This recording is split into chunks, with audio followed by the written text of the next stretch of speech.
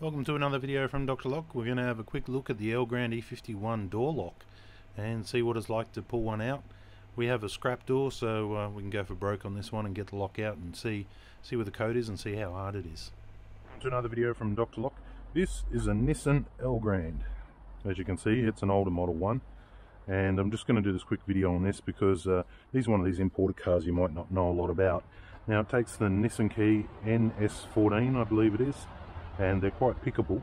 That's the easiest way in there. You just use the Lishi tool, and that's the easiest way to make a key. To get the door locks out, a real nightmare.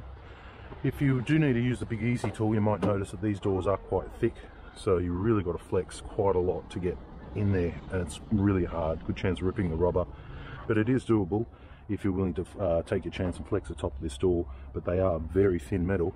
You flex too much and you could end up with a door that's bent. So ideally not the type of door you want to use the big easy on. So that's gaining entry to it.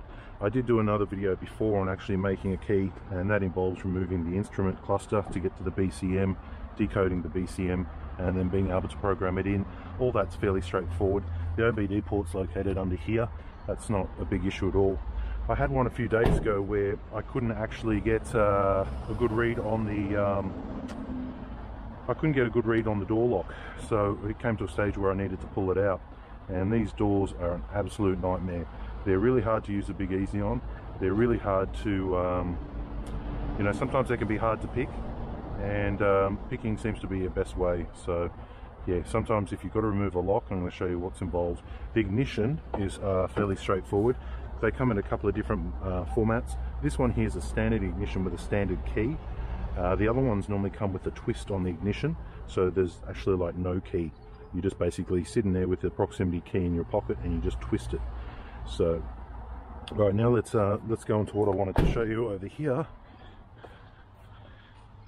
Alright, so this door here I've just been playing around with. I actually want to remove the door lock out of it, and because it's a wrecked door, there's no problems. I'm basically you know, I can cut it up and all the rest. So just getting back to it, to get this door lock out is not easy. Okay, so this would have to be one of the worst doors that I have worked on in a long time, and I have something you guys that probably not have, and that's the ability to use my angle grinder. So I've just sliced it because for some reason this is the first one I've ever done, and I can't seem to get this this lock out, and I'm not familiar with it. So I thought that if I slice it down, you can see exactly what's going on.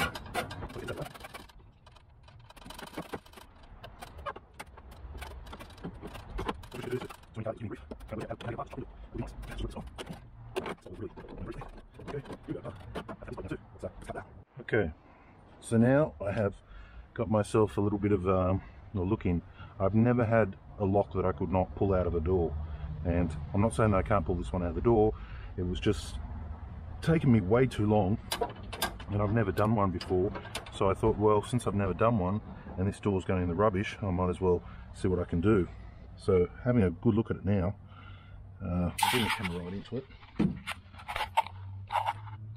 Okay, so there's our first where are we? There's our first screw hole right there. There's our second down there, and the third we removed. Now I'm hunting for a fourth. I can see the locking bar, but there is no way to get that. Like, we've taken that screw out there which holds the lock in, but there is no way to get that cylinder out in here with those two little circles and get it back. It's just not a possibility. So alright, I'll put the camera back on my head and let's see what we got.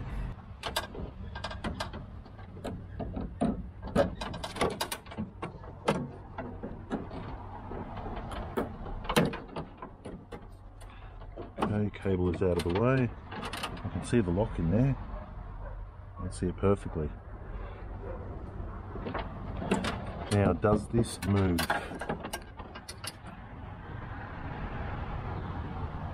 It should move.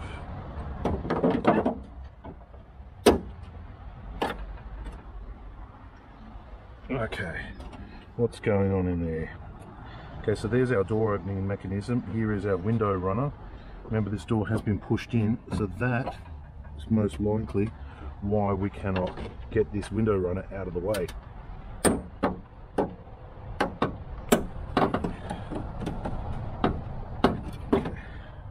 So that seems to be the issue, that this door runner would have been in the way, and that is why we could not remove it.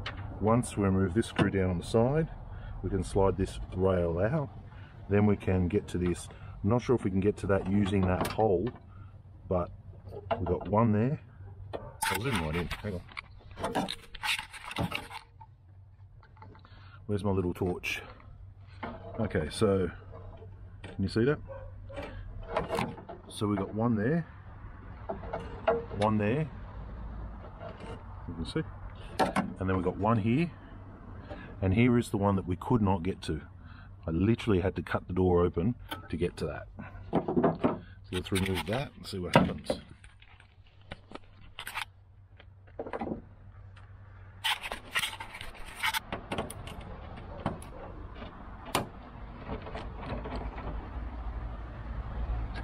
Another screw.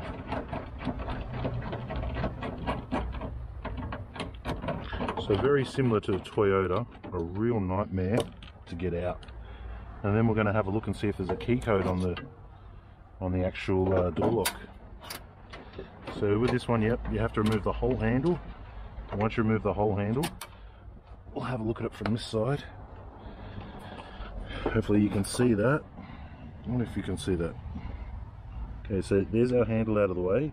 Now we can just simply bring this over, disconnect our rod, and there's our lock. So basically, just to get this out, let's recap. We have to remove the entire door skin, all the electrics, you know, which is not the easiest, but for most locksmiths that's not going to be too big a problem.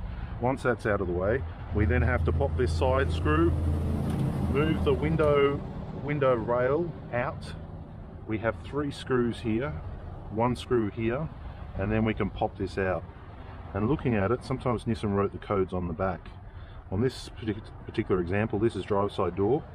It's written on the top. I can see it. Now the lock is situated in that position, so if I could have seen through this door, there might have been that slightest a chance that I could read the number. But looking at it, it would have been in the plastic housing. So there's absolutely no way I could have got through there, up under there, to read that number without removing it. So anyway, interesting. I've never had to cut one open to remove it. I think I could have probably removed it without cutting it if it wasn't bent and all the rest. But at least now I know how it comes apart, and that's a Nissan Elgrand E51. So if anyone's got to do one of these, I would estimate, just to get the door lock out, probably allow about an hour. And if you get it you know, quicker and done in half the time, well, that's good for you. But it is a nightmare, and I compare it to the Toyota Hiace, where you've got to move this rod. Toyota Hiace, you had a bit more room to get in there and to get the lock out and flick it around. With this, literally, you've got to get that whole handle off. So you've got to get that whole handle out, spin it round. So that's what's happening on a Nissan Elgrand E51 door handle. Thanks for watching.